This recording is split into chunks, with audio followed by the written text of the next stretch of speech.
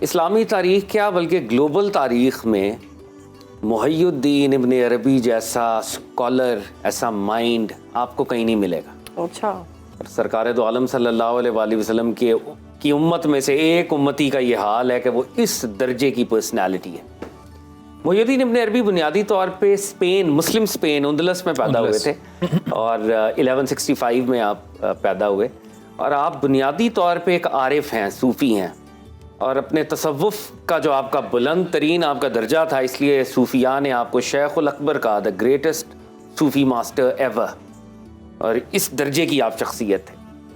آپ بہت ینگ تھے ابھی، تو اللہ تعالیٰ نے آپ کو اسپریچول ویژنز عطا کیے، انکشافات، وارداتیں، پردوں کا ہٹنا، انویلنگ جس کو ہم کہتے ہیں.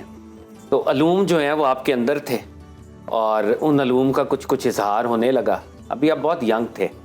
تو اس دور کے ایک بہت بڑے فلاسفر تھے جنہیں ابن رشد کہا جاتا ہے. جی انگریزی میں انہیں ایوروز کہا جاتا ہے. جی.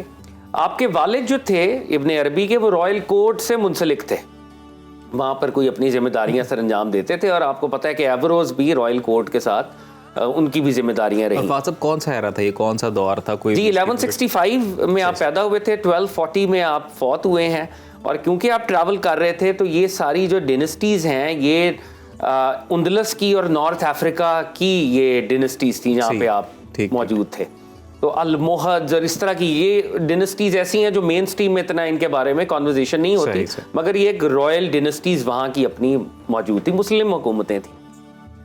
اب جب ابن عربی کو مکاشفات اور وہ سارا معاملہ ہوا اور آپ بڑے ینگ تھے، آپ کی شہرت پھیل گئی. ایک نوجوان ہے جس کو اللہ تعالیٰ نے اس قسم کا نالج عطا کیا ہے، معرفت عطا کی ہے.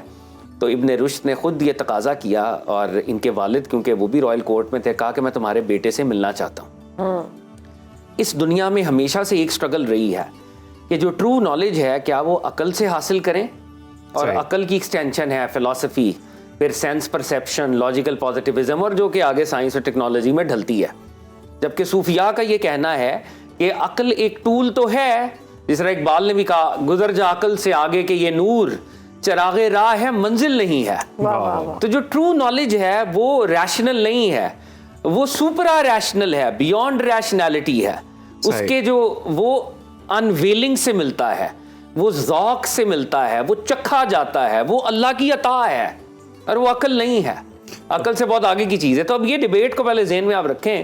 اور ابن رشد کے ساتھ آپ کی ملاقات ہوئی. اب ابن رشد تو سراپا عقلیات ہیں، وہ تو فلسفی ہیں، وہ تو عقل کے وہ امام ہیں. اور ادھر سے ایک ینگ جو ہے صوفی، وہ سارا دوسرے نالج کی بات کر رہا ہے، وہ جنون کی بات کر رہا ہے، وہ عشق کی بات کر رہا ہے، وہاں سے حاصل ہونے والے نالج کی بات کر رہا ہے. اب دونوں کا آپس میں ڈائلاگ ہوا، دونوں آمنے سامنے بیٹھ گئے. اور یہ حضرت ابن عربی کی جتنی بھی بیوگرافیز ہیں، یہ ان کا ایک میجر واقعہ ہے جو ان کی یوتھ میں ہوا تھا. اب ابن رشد نے سوال نہیں کیا، لیکن اس کے دل میں خیال تھا کہ وہ علم جو مجھے عقل سے ملتا ہے کیا وہ صحیح ہے، کیا وہ حقائق جو ہیں درست ہیں، اور جو آپ کی علوم ہیں جو کہ صوفیانہ ہیں، عارفانہ ہیں، ان سے جو حقائق ملتے ہیں کیا یہ اور وہ ایک ہی ہیں. اب یہ سوال، اس قسم کا سوال اس نے اپنے ذہن میں فریم کیا.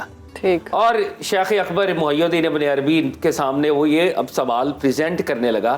لیکن حضرت محی الدین ابن عربی نے اس سے پہلے کہ وہ سوال کرتا تو آپ نے کہا یس اینڈ نو.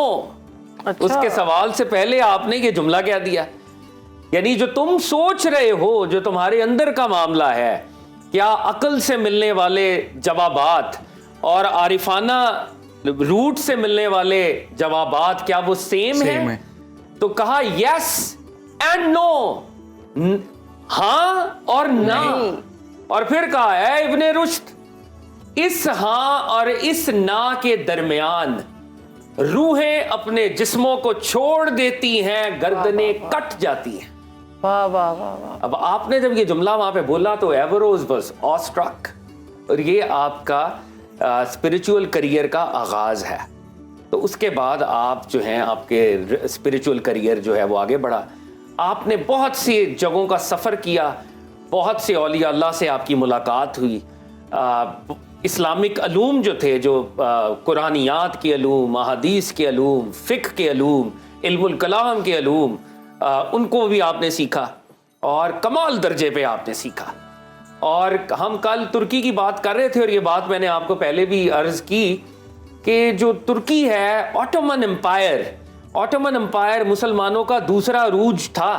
دوسرا عروج آٹومن سے شروع ہوا, لیکن اس آٹومن امپائر کے آغاز میں وہ جو اسپرچول لیڈرشپ تھی وہ شیخ اکبر محی الدین ابن عربی رضی اللہ تعالیٰ عنہ کی تھی. اچھا, He was the one who was guiding. Hare military انقلاب کے پیچھے ایک اسپرچول بندہ ہوتا ہے جو اس کو لیڈ کر رہا ہوتا ہے. تو اس ایپاک کے اوپر وہ جو سیکنڈ ایپاک تھا اس کو شیخ محی الدین ابن عربی شیخ اکبر رضی اللہ تعالیٰ عنہ لیڈ کر رہے تھے. اور آپ نے جو آپ کی بہت سی کتابیں ہیں جس کے پر اینڈ پہ میں کوئکلی بات کروں گا, لیکن جو مین چیز ہے جو آپ نے سمجھانے کی کوشش کی کہ اس دنیا کے اندر جو بیسک آپ کا سٹرگل ہے وہ رب العزت کو پانا ہے, رب العزت کی معرفت پانی ہے. اور دو رویے ہو سکتے ہیں. نمبر 1, رب العزت چھپا ہوا خزانہ ہے, تو ایک لیول پہ تو ہمارا رویہ ہے کہ ہم سائلنس میں چلے جائیں, ایک رویہ یہ ہے. دوسرا رویہ یہ ہے کہ رب العزت ڈسکلوز کرتے ہیں اپنی انڈسکلوزیبلٹی. واہ واہ واہ, وہ تعارف کرواتے ہیں کہ مجھے میرا تعارف نہیں ہو سکتا. ایک اس درجے کی معرفت حاصل کرنا اور ایک اس درجے کی معرفت حاصل کرنا کہ رب العزت نے یہ کائنات پیدا کی, رب العزت نے قرآن کو اتارا, رب العزت نے میرے نفس کو پیدا کیا. تو انفس اور آفاق اور قرآن رب العزت کی صفات اور رب العزت کے افعال ہیں, ایکشنز ہیں, اور ان ایکشنز کے ذریعے میں نے ان کا عرفان حاصل کرنا ہے. تو شیخ اکبر محی الدین ابن عربی فرماتے ہیں کہ جب تم یہ بات سمجھو گے کہ وہ ڈسکلوز نہیں ہو سکتا تو تم عقل کے پاتھ کے اوپر ہو, اور عقل کے پاتھ کے اوپر آگے بلائنڈ سپاٹ ہے. اور جیسے ہی تم اسکرپچر کے اوپر, قرآن کے اوپر, کاسموس کے اوپر, کائنات کے اوپر, اپنی سول کے اوپر, انفس کے اوپر غور کرو گے تو تمہیں اللہ کی صفات اور اللہ کے اسماء نظر آئیں گے, divine names and divine science. اور وہاں سے وہ جو تصوف کا علم ہے, عرفان کا رستہ ہے, وہ کھلتا ہے. اور یہ سپرا ریشنل فیکلٹی ہے. اور ایک مومن جو ہے وہ ایک آنکھ اس کی عقل کی طرف کھلتی ہے تو دوسری آنکھ اس کی معرفت کی طرف کھلتی ہے. محی الدین ابن عربی نے کہا he sees with both eyes, وہ دونوں آنکھوں سے دیکھنے والا ہوتا ہے اور وہ کمپلیٹ ہوتا ہے. آپ کی 800 کتابیں ہیں جو آپ نے تصنیف کی, 400 ابھی بھی ایگزسٹ کرتی ہیں اصل شکل میں, مخطوطوں کی شکل میں, مینوسکرپٹس میں ایگزسٹ کرتی ہیں. مگر جو پبلشڈ ورکس ہیں آپ کے, جو کہ بہت کم ہیں, سب سے امپورٹنٹ آپ کا پبلشڈ ورک ہے فتوحات مکیہ. آپ مکہ شریف گئے, آپ نے وہاں پر عمرہ اور حج کی سعادت حاصل کی, اور آپ کو جو وہاں پہ اسپرچول نالج عطا ہوا تو آپ نے فتوحات مکیہ 560 اس کے چیپٹرز ہیں, 40 اس کے والیومز ہیں. بڑے سے بڑا اسکالر بھی یہ کلیم نہیں کر سکتا کہ میں نے پوری پڑھی ہوئی ہے. اور دوسری آپ کی کتاب ہے جو بڑی اہم ہے, جو ان کی کور آف نالج کو ٹرانسمٹ کرتی ہے, وہ ہے فصوص الحکم. اور عربی میں یہ سارا ان کا, یہ عربی میں لٹریچر ہے آپ کا پرائمریلی. تو فصوص الحکم میں آپ نے ان 27 انبیاء کا ذکر کیا ہے جن کا قرآن عظیم الشان میں بائی اینڈ لارج ذکر ہے.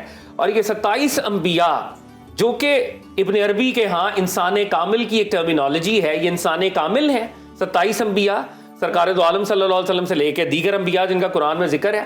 اور یہ وہ لوگ ہیں جو رب العزت کے اسماء کو مینیفیسٹ کرتے ہیں. تو اگر ہم نے ان سے کنیکٹ کرنا ہے تو ہمیں انبیاء کے راستے پہ جانا پڑے گا. انبیاء کے راستے پر جانا ہوگا. بہت شکریہ فہد صاحب.